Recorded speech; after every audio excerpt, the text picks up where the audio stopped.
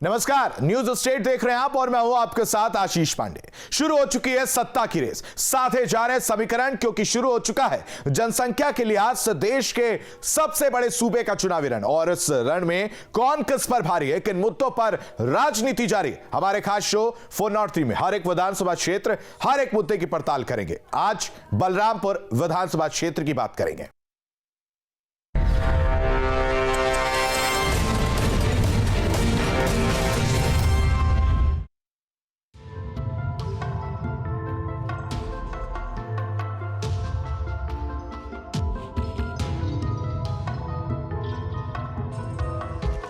पूर्व प्रधानमंत्री अटल बिहारी वाजपेयी हो या फिर नानाजी देशमुख, दोनों ही राजनीतिक हस्तियों का नाता बलरामपुर से रहा है। पूर्व प्रधानमंत्री अटल बिहारी वाजपेयी 2 बार बलरामपुर संसदीय क्षेत्र से सांसद चुने गए। हालांकि साल 2004 में हुए संसदीय चुनाव के बाद बलरामपुर सीट का वजूद खत्म हो गया। नेपाल सीमा से सटा बलरामपुर जिला, यहाँ लंबे वक्त तक कांग्रेस और बीजेपी का प्रभाव रहा है।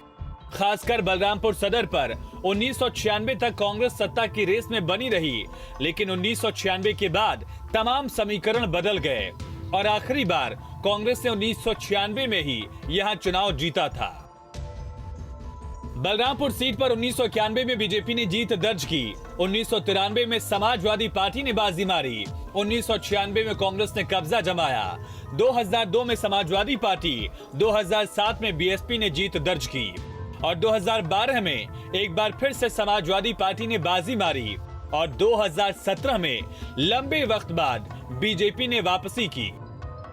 दिलचस्प बात यह है कि 2017 विधानसभा चुनाव में मुख्य मुकाबला बीजेपी और कांग्रेस के बीच था और इस चुनाव में बीजेपी के पलटू राम ने कांग्रेस के शिवलाल को मात दी। 2017 में पलटू राम को 89,401 वोट मिले, जबकि कांग्रेस के शिवलाल को 64,541। बलरामपुर विधानसभा क्षेत्र सुरक्षित सीट है, जो कि साल 2008 में हुए परिसीमन के बाद अनुसूचित जाति के लिए सुरक्षित की गई। अब देखिए कि बलरामपुर विधानसभा क्षेत्र के धार्मिक और जातीय समीकरण क्या है। यहाँ हिंदू आबादी करीब 71.8% है, जबकि मुस्लिम आबादी 27%। अगर जातिगत समीकरणों की बात करें तो सवर्ण 18%, ओबीसी 38% और एससी आबादी करीब 21% है। कुल मतदाताओं की संख्या 3,56,376 है, जिसमें पुरुष मतदाता 1,98,312 है और महिला मतदाता 1,58,061 हैं। विकास के पायदान पर पिछड़े क्षेत्रों में शामिल बलरामपुर में कई समस्याएं भी हैं। इनमें से कई समस्याएं शिक्षा, स्वास्थ्य और सड़क से जुड़ी हुई हैं। दरअसल बीते वक्त में इन क्षेत्र में कुछ काम हुआ है। पॉलिटेक्निक और आईटीआई का निर्माण कराया गया, 2 इंटर कॉलेज और एक महिला महाविद्यालय का निर्माण भी किया जा रहा है। विधायक जी ने काम तो अच्छे किए हैं, लेकिन कुछ चीज़ें हैं जो उन्होंने नहीं किया। बेसिक्स पे अगर चला जाए तो शहर के नाले, खैर ये चेयरमैन के अंडर में आते हैं, लेकिन उनको भी देखना चाहिए। यहाँ की रोडें उतनी अच्छी नहीं है, बाईपास नहीं है हमारे पास, बड़े से बड़े वाहन आते हैं, आए दिन एक्सीडेंट हो रहे हैं। ये सबसे बड़ी चीज़ तो ये है हमारा मुद्दा। दूसरी चीज़ क्या नाम है, ये होल्डिंग वगैरह जो आसपास लगते हैं, दूसरों को इससे बहुत दिक्कत होती है। ग्रामीण क्षेत्रों में सड़कों की स्थिति बहुत अच्छी नहीं है, तो शहरी क्षेत्र में जाम बड़ी समस्या है। हालांकि जाम से निजात दिलाने के लिए रिंग रोड का निर्माण कराया जा रहा है। वहीं बिल्हा गौरा बिस्कोहर मार्ग और उतरौला गौरा तुलसीपुर मार्ग को डबल किया जा रहा है। बलरामपुर नगर में रिंग रोड सड़क की मांग काफी दिनों से की जा रही थी। पिछले कई सालों से इस मांग को पूरा करने के लिए जहां विधानसभा स्तर पर कार्रवाई होनी थी, सरकार द्वारा कार्रवाई होनी थी, उस मांग को नहीं पूरा किया जा पा रहा था। लेकिन पलटू राम के अथक प्रयासों के बाद अब ये रिंग रोड बननी शुरू हो गई है। इसी तरह पलटू राम दावा करते हैं कि तकरीबन 2 दर्जन सड़कों का निर्माण करवाया जा रहा है। जाहिर है बलरामपुर विधानसभा क्षेत्र में विकास कार्य हो रहे हैं। हालांकि कार्यों की गति को लेकर सवाल जरूर उठे हैं और एक सवाल चुनाव दर चुनाव बलरामपुर के बदलते समीकरणों को लेकर भी है कि क्या बीजेपी अपनी सीट बचाने में कामयाब होगी। बलरामपुर से योगेंद्र त्रिपाठी के साथ टीम न्यूज स्टेट। बलरामपुर से योगी सरकार में मंत्री पलटू राम विधायक हैं, जिनका अपनी उपलब्धियों पर क्या कुछ कहना है, सुनिए।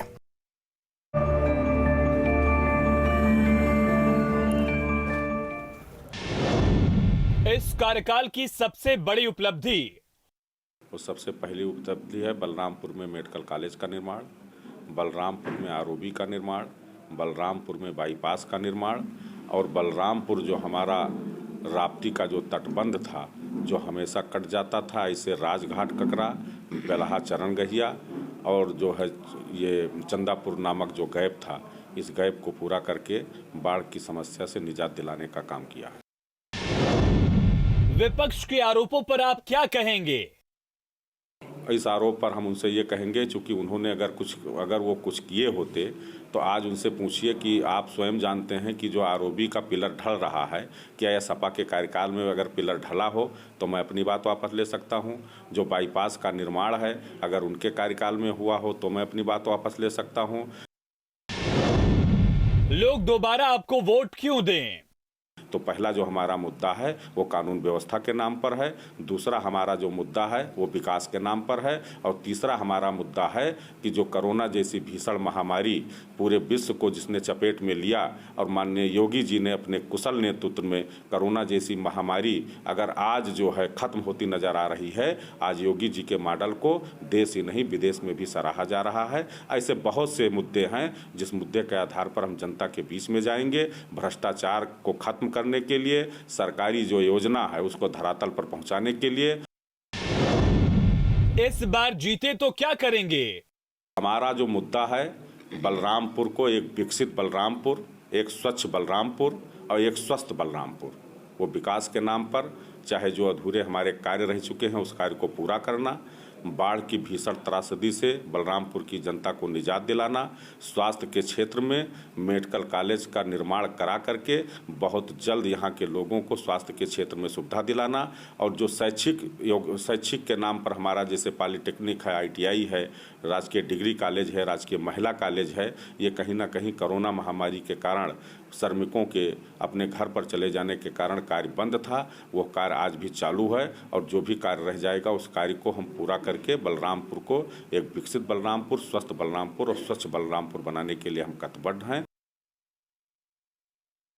अब देखिए कि बीजेपी विधायक की उपलब्धियों और दावों पर विपक्ष का क्या कुछ कहना है।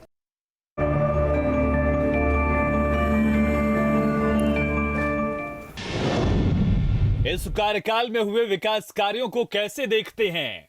बलरामपुर विधानसभा में सिरदतगंज बाजार की रोड को छोड़ दिया जाए, वो भी मानक विहीन बन रही है, तो कोई बड़ा काम नहीं हुआ है। चाहे वो सड़क हो, चाहे बिजली हो, चाहे पानी हो, चाहे कानून व्यवस्था का हो या किसी इंस्टीट्यूशन को नया बनाने का काम हो, किसी ग्रामीण इलाके में किसी नए अस्पताल की स्थापना हो, ऐसा कोई काम नहीं हुआ है। जनता आपकी पार्टी को वोट क्यों दे? हमारी पार्टी को इसलिए जनता चुनाव में वोट दे क्योंकि हम जात धर्म के नाम पे वोट नहीं मांगते, हम इस देश को बनाने के लिए, विकास के लिए वोट मांगते हैं। जब हम आते हैं तो हम मनरेगा देते हैं, हम आरटीआई देते हैं, हम जननी सुरक्षा पे काम करते हैं, हम बच्चों को शिक्षा का अधिकार देते हैं, सबको भोजन का अधिकार देते हैं। ये आते हैं तो ये मंदिर की बात करते हैं, हिंदू मुसलमान की बात करते हैं, नफरत फैलाने की बात करते हैं। आपकी पार्टी जीती तो क्या प्राथमिकता होगी? हमारी पार्टी अगर जीती तो प्रियंका जी ने पहले से घोषणा कर रखी है। हमारी 8 प्रतिज्ञाएं हैं जिसमें किसानों के लिए, महिलाओं के लिए, नौजवानों के लिए, गरीबों के लिए बहुत सारी कल्याणकारी योजनाएं। उदाहरण के लिए ले तो हम 40% सीट महिला प्रत्याशियों को उतारने जा रहे हैं। जब महिला रहेगी तो उनकी समस्याओं पे वहां डिस्कशन होगा। बालिका यदि इंटरमीडिएट पास करती है तो उसे स्मार्टफोन, यदि ग्रेजुएशन पास करती है तो उसे ई बाइक, स्कूटी दी जाएगी। किसान के लिए धान और गन्ने की फसल 2500 रुपए प्रति कुंटल गारंटी के साथ खरीदी जाएगी, यानी यदि वो बाजार में भी बेचता है तो उसको डिफरेंस देगी कांग्रेस पार्टी। गन्ने का दाम कम से कम 400 रुपया होगा। कर्जा किसान का पूरी तरीके से माफ किया जाएगा। लेकिन सबसे बड़ा सवाल है कि आखिर क्षेत्र की जनता क्या मानती है, क्योंकि यह पब्लिक है जो सब कुछ जानती है।